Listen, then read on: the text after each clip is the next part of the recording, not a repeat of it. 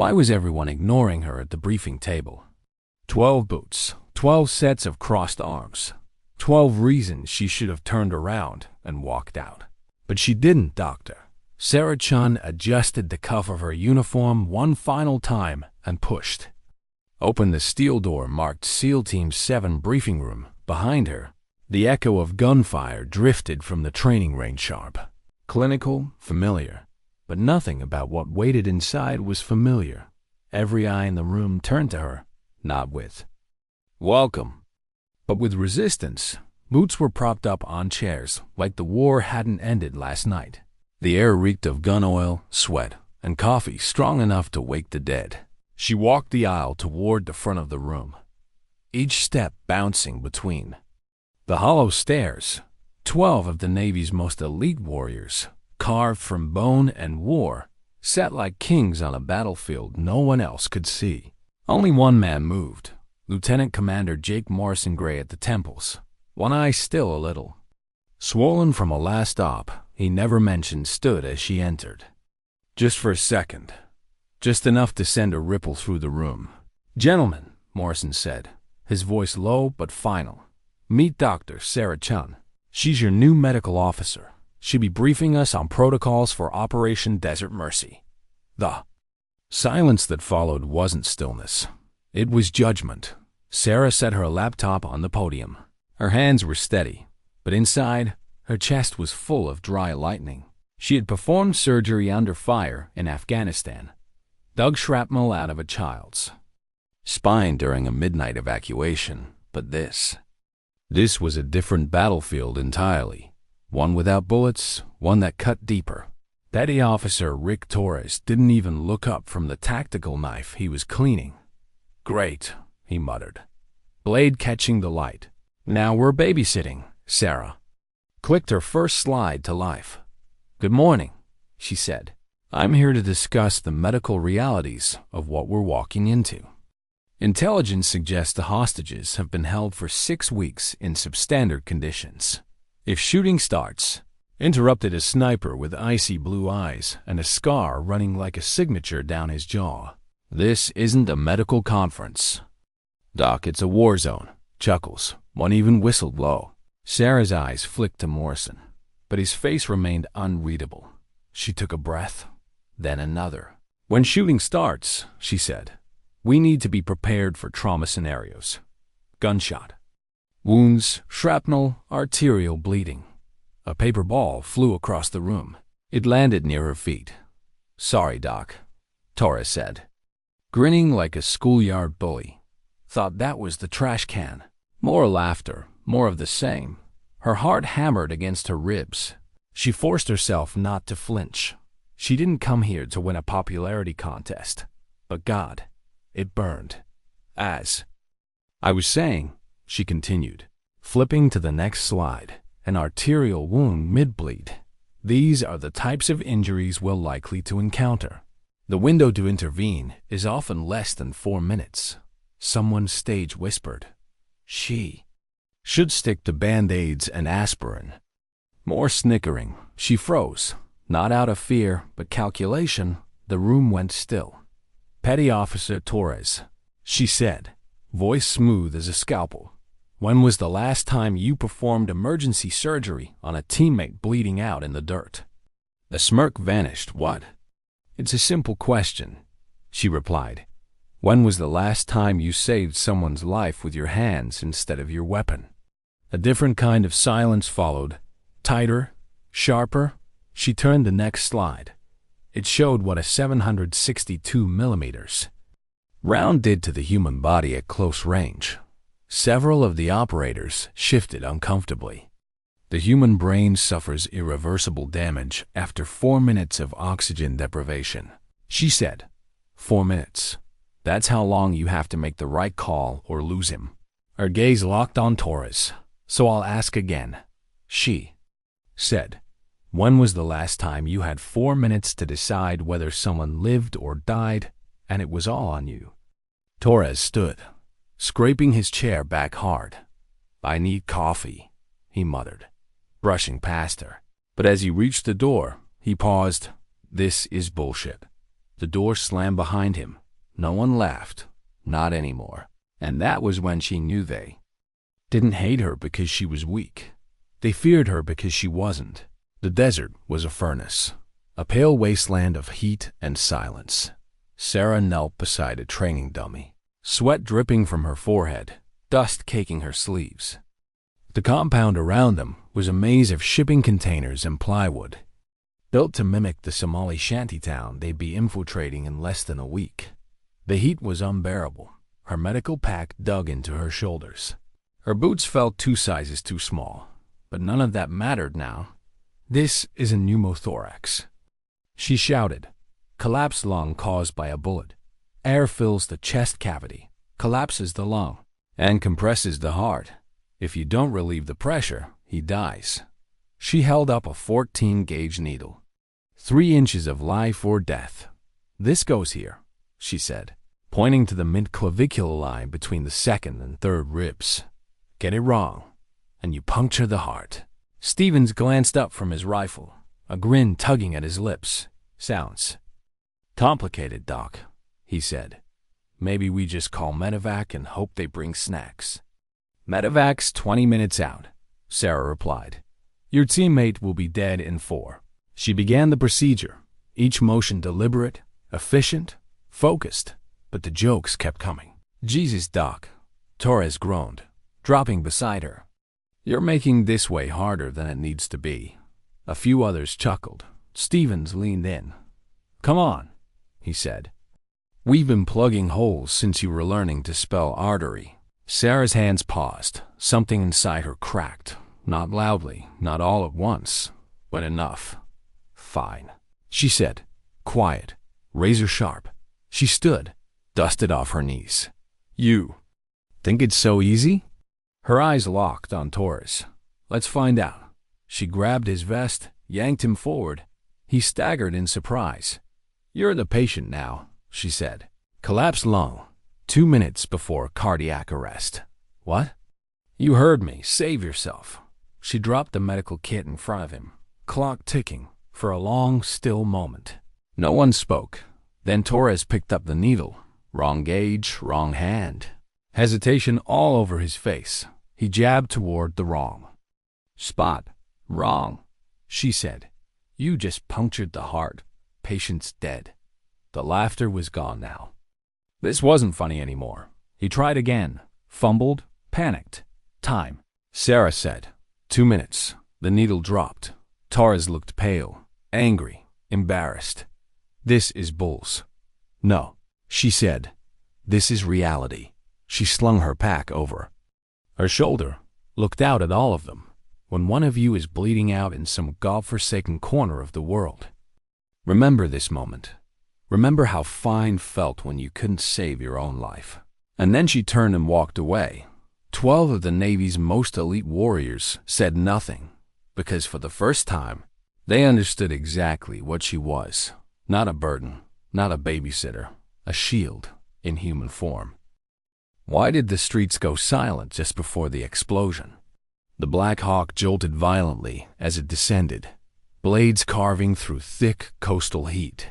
The Somali coastline stretched out beneath them, a patchwork of rusted rooftops, skeletal concrete, and broken promises. Sarah's fingers tightened around the strap of her medical pack.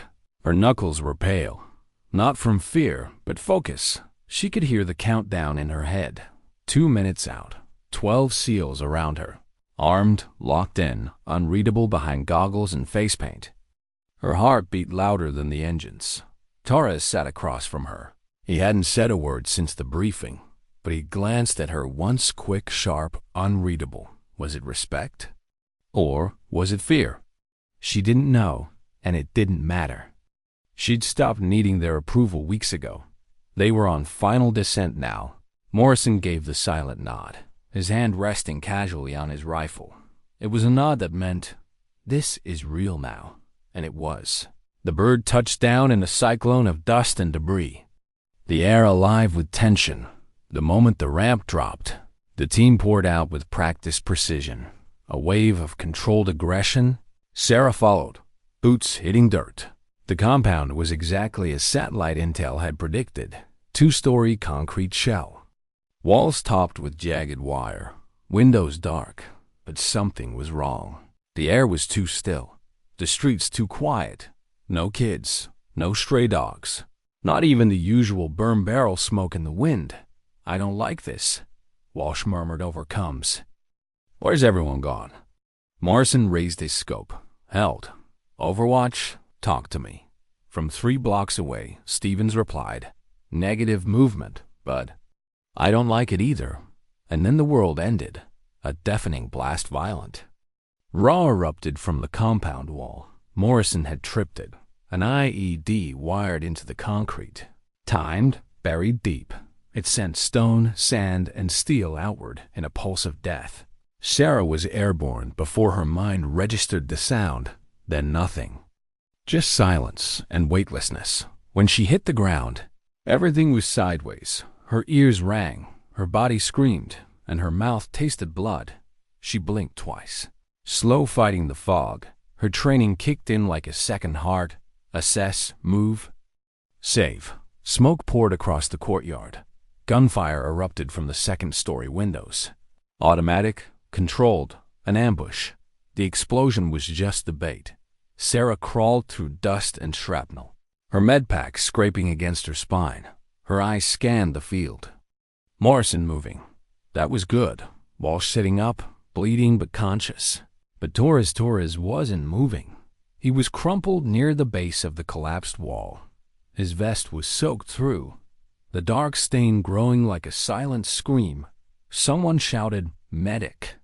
But Sarah was already running. Not thinking, just running.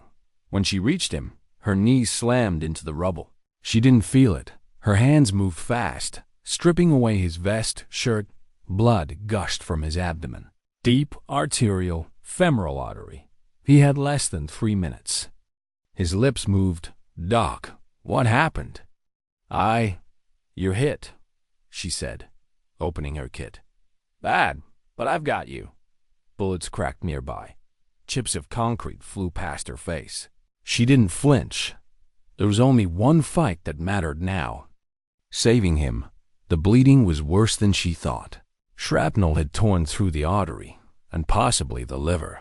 No clean entry, just torn meat and time evaporating. She tore open gauze, started direct pressure. "Torres, stay with me." His eyelids fluttered. His face pale. "Doc, you need to." "The pressure point's off. You should." Even now, bleeding out, he was trying to tell her how to save him. She grit her teeth. "Torres, please, I need you to let me." "No." "Listen." He grabbed her wrist weakly. "Seen it before. Fallujah. You need to." A bullet sparked off a stone inches from her head. She ducked instinctively, shielded him. Still working. Still focused. Still bleeding. The minutes were folding in on themselves. "You're not doing it right." "Torres, stop." His pulse was crashing. "You have to elevate his leg." And then Morrison's voice cut through the chaos like a blade. Louder than the gunfire, louder than the war. "Let her finish." Everything stopped. Torres froze mid-sentence. Even the other SEALs, firing from cover, bleeding, fighting, fell quiet. The moment held, and Sarah moved with surgical clarity, tourniquet placed perfectly, pressure bandage, sealed and wrapped. Bleeding slowed, then stopped. "4," she said. And Walsh threw her the kit. No hesitation, no sarcasm, just trust. She worked fast, methodical, intent in every movement. She was no longer the outsider, no longer the babysitter. She was the difference between life and death. Covering fire. She said, "Extraction in 4 minutes." Morrison was already calling it in. Stevens confirmed the route. They had a chance. She checked Torres's pulse, weak but present. He was stable enough to move. Barely. They lifted him onto the stretcher. As the team carried him back through the alleys, bullets still hissing through the air, Sarah walked beside him, one hand on his fourth, the other gripping his wrist to monitor the pulse. No one dared question her now. Not after what they saw, not after what they heard. "Let her finish," She looked down at Torres. He was conscious. Barely. His voice was a whisper. "Doc, I'm sorry. I should have." "Save your strength," she said gently. He didn't argue, because this time he understood. The helicopter lifted off in a whirlwind of heat and gunpowder. Sarah knelt beside him the whole way back, checking vitals, adjusting pressure, stabilizing damage. The rest of the team sat across from her, watching. No jokes now, no muttering, only silence. The kind that meant we were wrong about her. And in that silence, something shifted. Not just in Torres, not just in SEAL Team 7, but in the rules they'd never questioned. The ones about who leads, who listens, who finishes. Why did he come back limping, but smiling? 3 weeks later, the medical bay at Naval Special Warfare Command pulsed with quiet efficiency. Monitors beeped, nurses moved, 4 bags hung like ghostly sentinels. Sarah sat alone at her desk, chart in hand, reviewing notes on a recovery that should have been a miracle, but somehow still felt unfinished. Rick Torres had lived.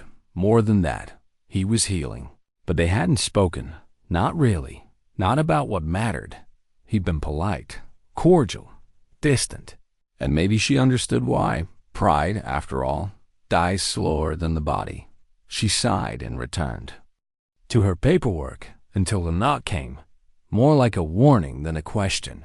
Then he stepped inside, still a little stiff, still moving like the blast had left a fingerprint on his bones. But his cocky grin was back, dimmer, earnest, a little crooked.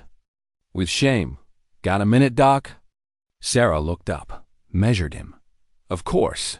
He sat across from her like he was being court-martialed by a ghost. "No pain?" she asked. He shook his head. "Nah, I'm good." Silence stretched between them. Then, without warning, he leaned forward. "Listen." He started, and then stopped. Started again. "I was a real asshole to you." She said nothing. Let it sit. Not just in Somalia. From day one, and I almost died because of it. "Torres." "No, let me finish." Her eyebrows lifted slightly. The irony hung in the air, thick as smoke. "I've been lying in that hospital bed thinking about it. About how I kept interrupting you, trying to prove something, even while I was bleeding out, Jesus." He laughed, but there was no humor in it. "You're a trauma surgeon who saved lives in war zones, and there I was, giving you medical advice. Like I knew better. You should have decked me." Sarah leaned back, studying him like a scan, not looking for wounds, but something deeper. He wasn't posturing. He wasn't covering. He was finally unarmed. "You know the worst part?" He continued. "It wasn't just my life I was risking. It was yours, and the mission, the hostages, all of it. All because I couldn't handle the idea that a woman might know something I didn't." He looked at his hands, big, scarred, stilled. By guilt, Sarah let the silence stretch again, gave it space to breathe. Finally, she asked, "What changed your mind?" He didn't answer right away. "You want the truth?" He said, "It wasn't the needle, wasn't the blood, wasn't even when you saved me." She tilted her head. "It was the way you stayed calm, under fire, bullets flying, chaos all around. I was the one dying, and you were steady as stone. I've seen guys freeze in less, but you—" He shook his head, almost in awe. "You were ice. You were steel. You were better than any of us in that moment, and we all saw it." Before Sarah could reply, a voice shouted down the corridor, raised, angry. Footsteps followed. Sarah stood. Instinct took over. Torres stood too, his reflexes kicking in. Seconds later, Morrison appeared in the doorway. "Sorry to interrupt," he said, "but we've got a situation. Briefing room 2. They followed him down the hall. A small crowd had gathered, forming a tight circle around the open doorway. Inside, a young Navy corpsman stood at the front, his voice barely audible, barely older than 22, nervous, shaky, trying to deliver a medical triage briefing to a room full of Marines, but he was losing control. Every sentence was interrupted by a gunnery sergeant loud, condescending, dismissive. Not how we do things in the real course. The gunny barked. You ever even seen combat, kid? The corpsman flinched. Sarah felt a hot, familiar knot in her stomach. It was her, all over again. About to step in, about to say something, when Morrison moved first. He stepped through the doorway, said nothing for a beat, just looked. The room went quiet. Gunny, Morrison said, his voice like gravel soaked in command. Let him finish. 3 words. That was it. The effect was immediate. The gunny went red, lowered his gaze, and the corpsman, still blinking in confusion, took the silence and finished his presentation. Clean, clear, uninterrupted. Afterward, the same Marines who had mocked him now asked questions, took notes, even shook his hand. As the room cleared, Morrison turned to Sarah, a faint smile, almost a whisper of pride. Funny how effective those 3 words can be. It spread like wildfire within days. The phrase had traveled through the base like a spark in dry brush. Let her finish. It was said in passing, in mess halls, in training briefs. No lectures, no memos. Just those 3 words. And the weight they carried. Sarah heard it again during an EOD training session where a female tech was being interrupted by a Delta operator, trying to flex. This time, it was his own team leader who said it. Quiet, simple. Let her finish. Everything changed. Respect was no longer just a code. It became action. It became awareness. Sarah didn't need to shout. Didn't need to fight anymore. She'd already won the only battle that mattered, and she hadn't done it with noise. She did it with skill, with stillness, with grit under pressure. And now finally, the culture was starting to shift. Not because of a policy, but because of an example. Her example. Why did the entire room stand when she walked in? 6 months after Somalia, the mission request came through. Not as an assignment, but as a name. Requested by name, LT, Commander Sarah Chun.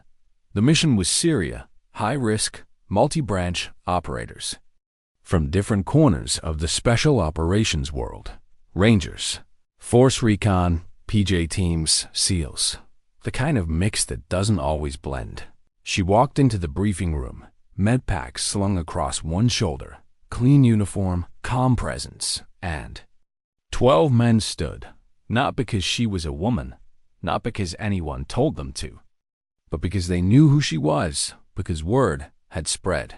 And in the quiet gesture of standing, she could hear it. We know what you did. She gave a nod, just enough to acknowledge the weight of the moment without letting it pull focus. Respect wasn't something you demanded. It was something you bled for. The briefing began. A young Air Force parascuman, nervous, eager, barely a year out of tech school, began outlining a medical contingency plan. 10 seconds in, an older operator from the back row leaned forward, interrupting, loud, skeptical, trying to show the room he'd been in more gunfights than the kid had seen training manuals. The parascuman froze. Sarah didn't speak. She didn't have to. The team leader, a grizzled Army Ranger with a scar splitting one brow, turned slowly. Let him finish. 3 words. The room fell silent. The kid blinked, surprised, and then, just like that, kept going, clear, confident, and no one interrupted again. After the briefing, he found her. Ma'am, he said, practically breathless. I heard what happened in Somalia. I just wanted to say thank you. Sarah looked around at the assembled operators. Different uniforms, different units, same look in their eyes. Trust. Not in her title, not in her gender, in her work. Don't thank me, she said softly. Thank Morrison. He's the one who said it. But even as she spoke the words, she knew it wasn't the whole truth. Morrison had said the words, but she'd earned them. She'd lived them. And they'd watched her do it. Later that night, in the stillness of her quarters, she sat alone, no noise, no ceremony, just her thoughts, and one small paper square taped to the wall above her desk. A handwritten note, sloppy block letters, slight coffee stain in the corner. Doc, thanks for not letting me die of stupidity. Rick, and below that, in neater handwriting, the moment that silenced the SEAL team became the voice that changed. Everything. Well done, Sarah. Morrison, she read it twice. Not because she needed the reminder, but because some victories don't come with medals. They come with memory. The changes weren't always loud. Sometimes it was just a glance across the table, a pause before an interruption, a younger operator being allowed to speak, an older one stepping back to listen, a shift in posture, in timing. In culture, no one called it a revolution, but she could feel it, and not just around her. Because the phrase had outgrown the woman, it was showing up in classrooms, in simulations, in command briefs. You'd hear it between instructors, in the mess line, even whispered in heated debates between soldiers who didn't agree, but had learned when to stay quiet. Let her finish, simple, sharp, unmistakable. Then came the request for her to write new medical protocols, a panel, a program, a framework for battlefield triage across joint units. 3 branches signed off. She wasn't just a field doc anymore. She was shaping the future. Somewhere between the Somali shanty compound and that quiet Pentagon meeting room, Sarah Chun had crossed a line from proving herself to leading others. And she did it not by overpowering the system, but by enduring it, by walking into a room full of armed men who thought they knew better and teaching them what life really looked like when the bleeding started. She still kept the first needle, the 14 gauge from that desert exercise. Bent at the tip, covered in dust, not framed, not displayed, just resting in the bottom of her pack where it belonged, a quiet reminder that sometimes the most powerful thing a woman can do is stay calm, speak clearly, and finish the damn sentence. Why did the old warhorse of a general pause before asking for her advice? He stood at the head of the operations table, warm boots planted like anchors, a 4-star general, decades in, eyes like flint used to commanding entire theaters of war, and yet he hesitated. "LT, Commander Chun," he said slowly. "You've seen this play out firsthand. What's your take?" The room was full of brass, joint command, intelligence, logistics, and now her not behind a laptop, not in the corner, but at the table. Sarah leaned forward, her voice calm, even. "If extraction is delayed more than 6 minutes after trauma, survival rates drop by half. If they're inside a compound with limited access, we need a mobile trauma kit in the breach team, not just waiting at exfil." Someone across the table raised an eyebrow. "You're suggesting we treat battlefield medicine like it's Tier 1 gear?"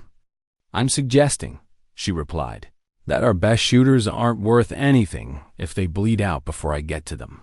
A pause, and then the general nodded, once firm, "Make it standard." And just like that, policy shifted. Not with shouting, not with force, but with quiet surgical truth. Sarah walked out of the briefing room into the bright hallway light and felt it again. That strange, invisible gravity that had followed her since Somalia. Not pressure, something else. A kind of weight that came with being believed, not just tolerated, not just checked off, but trusted. She remembered Morrison once saying, "There's a difference between being in the room and being in the fight." She'd spent a long time fighting. Just to be in the room now? She was changing the damn rules. It wasn't always clean. Old habits die hard. At a joint training event in Nevada, she watched a female Army engineer demonstrate a new IED sensor system to a group of skeptical operators. Half listening, whispering, checking their phones, and just as Sarah moved a step forward, another voice beat her to it. Let her finish. It came from a ranger, young, quiet, respected. The room stilled. The woman finished her brief. And when she did, those same operators came forward to ask questions. Serious ones. Sarah stood in the back, arms crossed, smiling to herself. It was spreading. Not because of her face, but because of her fight. She flew out to Germany next. Guest instructor for a NATO trauma integration seminar. What she thought would be a classroom of quiet, Uniformed listeners turned out to be something else. The first thing she saw when she walked in were 3 words scrawled on the whiteboard in black marker. Let her finish. No credit, no explanation. Just truth, carried across borders, across branches, spoken by soldiers who'd never met her, but who knew what it meant. Later that evening, sipping bitter coffee in the hospital cafeteria, she felt a presence behind her, a woman's voice. You're her, right? Sarah turned, an Air Force trauma nurse, probably late 20s, cheeks pink with nerves. You're the doc from Somalia, the SEAL team story. Everyone talks about it. Sarah offered a tired smile. I suppose that's me. I just wanted to say thank you. I was ready to quit my unit. The way they dismissed me, questioned everything I said. But then I read the story, the one that ends with those 3 words, and I thought, if she can stand in a room full of SEALs and make them listen, maybe I can survive another briefing. Sarah looked at her for a long moment, then reached out and gently squeezed her shoulder. You won't just survive it, she said. You'll change it. The nurse blinked back something, nodded, and left. Sarah sat in silence for a while longer, because even now she still wasn't used to being a symbol. She was just trying to do the job. The same job she'd always done, only now the world had caught up. Back on base weeks later, she found herself walking across the tarmac during sunset, shadows long, boots soft on the concrete. A familiar figure was waiting toward us. Better color in his face, stronger, walking straighter, no swagger this time, just presence. I heard you're heading back out again, he said. Syria. Joint Medical Initiative, he nodded. Figured you'd want this. He reached into his pocket, pulled out something small. The old 14-gauge needle. The one from the desert exercise. He'd cleaned it. Pressed it into a small glass display case. On the back was a brass plate. For the moment you didn't back down. Sarah didn't speak, just held it in her hand. Felt the weight, not of the object, of everything it meant. Thank you, she said quietly. No, Doc, he replied. Thank you for saving my life, for proving me wrong, for not letting my arrogance get both of us killed. She looked at him, searching his eyes. There was nothing but truth in them, hard-earned, humbling. She tucked the case under her arm and, without another word, walked toward the waiting hangar. The flight crew was prepping. The sun was dipping low, and another mission was waiting. Why did no one speak when she walked past the command tent that morning? It was early, the kind of desert morning where everything feels coated in stillness before the heat arrives like a second skin. Sarah moved through the temporary forward operating base in Syria, boots quiet on compacted dirt, medpack swinging lightly against her hip. Around her, soldiers glanced up, but didn't speak, not out of disrespect, but out of something deeper. Recognition, the quiet kind that doesn't need words, because by now, the story had made its way to every corner of the special operations world. Not because she told it, but because they did. A week earlier, she'd sat in a hangar bay with 6 parascumen, Army medics, and SEAL corpsmen. They were reviewing new battlefield triage protocols. One of the PJ techs, early 20s, kept fumbling his section. He had the knowledge, but his voice cracked every time someone older coughed or adjusted their rifle. Sarah watched it unfold until one Marine leaned forward, about to interrupt again, and before she could say anything, the senior-most ranger in the group held up a single hand. Let him finish. No anger, just quiet authority. The PJ nodded, took a breath, finished his section clean. Afterward, as the medics packed up, Sarah pulled the ranger aside. Thanks, she said. He shrugged. You started it, he said simply. We're just trying to keep up. The new protocols were already showing results. Less time wasted, more lives saved. A squad in northern Afghanistan used her medkit placement strategy to stabilize a triple amputation before medevac arrived. The attending surgeon said the patient would have died without it. The report came with a photo, a dusty, sweat-streaked. Corman holding a note card. 3 words scribbled on it in Sharpie. "Let her finish." Sarah printed it, pinned it on her wall, right next to Torres's note. Right below Morrison's handwriting. The war stories didn't feel like stories anymore. They felt like ripples, but ripples. Eventually hit walls. She felt it again during a joint command review in Europe. A senior advisor Air Force, older, had dismissed her recommendation about field-administered blood transfusions with a wave of his hand. "Let's stay in our lanes." "Commander Chun," he'd said, "we don't want to confuse trauma medicine with hero fantasies." The room shifted, subtle, and then a Navy lieutenant barely 30, seated 2 rows behind, leaned forward and spoke, loud enough for the room to hear. "Sir, I think you should let her finish." Silence. The advisor blinked. Sarah didn't raise her voice. She didn't flinch. She just picked up her slide clicker and finished. That night, she walked the airfield alone. She needed the silence, because there were still days it didn't feel real. How did she go from being ignored in a dusty training compound to having her words quoted in briefings, echoed in hangars, painted on barracks walls in permanent marker? But the truth was simpler than pride. She hadn't changed. The environment had. And that took something beyond endurance. It took example. When she returned to base the next week, she found an envelope tucked beneath her door.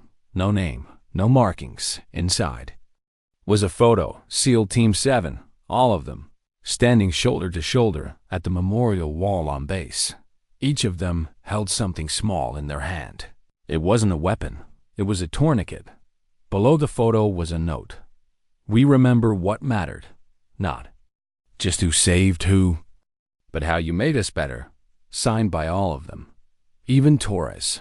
Especially Torres. She didn't cry. She just sat there. Long after the sun went down. Long after the base quieted. Because some acknowledgments don't come with medals. Some come with stillness and truth and the unshakable sense that everything had shifted because she held the line when it mattered. Why was her name whispered like a warning and a promise? The mission was classified. Deep insertion, Syrian border, extraction of downed intelligence assets from a collapsed safe house. Sarah wasn't supposed to be there, but her name had come up again, not on a clipboard, not through rank, through whispers, the kind of whispers that carried across units, across branches. If it goes sideways, bring in Chun. They didn't say doctor. They didn't say lieutenant commander. Just Chun, because by now, the name meant something. It meant she hold the line when everyone else breaks. The team she joined was young, mixed, talented, but still raw. And when she arrived at the forward tent the night before insertion, the mission leader, a Green Beret captain, looked her up and down and simply said, "Glad you're here." No jokes. No paper balls. Just 4 words. "Glad you're here." She unpacked her kit in silence, listening to the team swap stories and nervously joke about what might go wrong. And as they ran final drills, she stayed close, not just as medic, but as center. She didn't speak unless necessary, didn't interrupt, just observed, adjusted, reassured. And when one of the newer SEALs fumbled a procedure, almost puncturing the wrong vein in a dummy, he looked to her eyes wide with panic. He didn't even have to ask. She was already at his side. "Here," she said gently, guiding his hand. "You feel that? That's your landmark." He nodded, breath unsteady. "Now you finish it." And he did. The mission launched just before sunrise. The exfil went sideways, just as predicted. Gunfire, dust, screams. A blast collapsed part of the alley exit. A comms operator was hit in the leg femoral artery. His partner froze, but Sarah didn't. She reached him in 8 seconds, tore open the med kit. "Tourniquet," she barked. "Here." Someone yelled. Hands were shaking, but hers weren't, not even close. "Pressure." She shouted, "Got it. IV line here." "Already prepped, ma'am." It wasn't just that she saved the man's life. It was the way the others followed her. No hesitation, no ego. No, who was she to give orders? Because in that moment, she wasn't under the team. She was the team. Hours later, on the exfil bird, the wounded comms man gave her a shaky thumbs up. "You saved my ass." "No," she replied softly. "You let me." He didn't understand. Not yet, but someday he would, after the dust settled, back on base. A young female Marine approached her during chow, helmet tucked under her arm. She looked like she hadn't slept in 3 days. "Ma'am," she began, then stopped. Sarah turned, waited. "I was in Fallujah," she said. "Back then. It was different. We had to fight for every inch of space, every word, every second." Sarah nodded slowly. The Marine gestured behind her toward a table full of mixed-rank operators, laughing, listening to a woman explain drone comms. "They don't even flinch now," she said. "They just listen. I used to think that would never happen in my lifetime. It didn't," Sarah replied. "Until it did." The woman smiled. "You changed something." "No," Sarah said. "We did." And for the first time in a long time, she allowed herself to believe it. That night, in the silence of her bunk, she reached into her bag and pulled out the glass case. The old needle, still bent, still hers. She held it in her palm like a relic. But it wasn't just a memory. It was a marker of the moment everything changed, of the fire she walked through unflinching, of the phrase that had become more than a correction, more than a warning. It had become a compass. Why was there no applause when she received a medal-only silence? The auditorium was full. Dress uniforms, rows of brass and ribbons. War-hardened men and women sitting upright in polished chairs, back straight, expressions unreadable, but no one clapped when they called her name. Not because they didn't care, because something bigger was happening. When Sarah stood and walked to the stage, the silence wasn't cold. It was respect. The rare kind. The kind you can't manufacture. The kind that only comes after you've bled for something, quietly, without asking to be seen. She accepted the commendation. A muted ceremony for a war that never made headlines. For lives saved that no one else would ever know about. The general shook her hand and whispered, "You didn't just change a mission. You changed a culture." She nodded once. That was enough. Later that day, alone in her office, Sarah unpinned the medal, set it gently on her desk. But it wasn't the award she stared at. It was the scrap of paper taped to the wall above it. Torres's handwriting still faded but legible.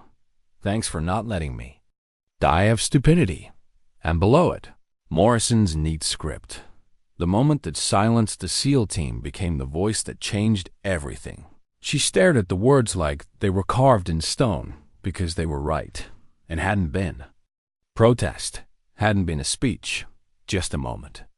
A moment when she could have backed down, stayed quiet, swallowed her voice and let arrogance win. But she didn't. She didn't fight to be heard. She simply did her job with excellence, with certainty, with humanity. A knock on the door. It opened. Slightly before she could respond, a young Navy corpsman stepped inside. Nervous, awkward, clearly new. "Ma'am, I was wondering if you had a minute?" Sarah nodded. "Sure." He hesitated. "I'm the new lead on trauma protocols for the incoming medics. They want me to brief a group of force recon guys next week, and..." He stopped, looked at the floor. "They don't usually listen. I don't think they'll care what I have to say. I'm not you." She smiled softly. "Do you know your material?" "Yes, ma'am." "Can you explain it under pressure?" "I've practiced a lot." "Then finish your sentences, and let the silence do the rest." He looked up, uncertain. Sarah stood and walked to the cabinet, pulled open a drawer. She returned with a weathered field notebook. No cover, edges torn, filled with blood-stained diagrams, pressure notations, real-time field notes. "This helped me," she said. "Use what you need." His hand shook slightly as he accepted it. "Thank you, ma'am." And then, as he turned to go, he stopped. "Before I forget," he said, reaching into his back pocket. He pulled out a folded piece of paper. 3 words, written in black ink. Let her finish. Sarah took it, stared. Something tightened in her throat. She didn't speak, didn't need to. That night, she sat under a sky full of stars, alone on the edge of the training grounds. The sounds of distant drills echoed through the night, boots on gravel. Shouted commands, the rhythm of war preparing. For tomorrow, she closed her eyes and thought back to the laughter in that first briefing room, to the paper ball at her feet, to Torres bleeding out, still trying to tell her how to save him, to Morrison's voice cutting through the fire. Let her finish. Those 3 words had followed her ever since, not as a shield, but as a challenge. To prove not with speeches, not with arguments, but with action that excellence doesn't raise its voice, it perseveres. And in the end, she realized something simple. Sometimes dignity doesn't speak. It doesn't shout or demand. It simply acts. And when the world finally quiets, it listens.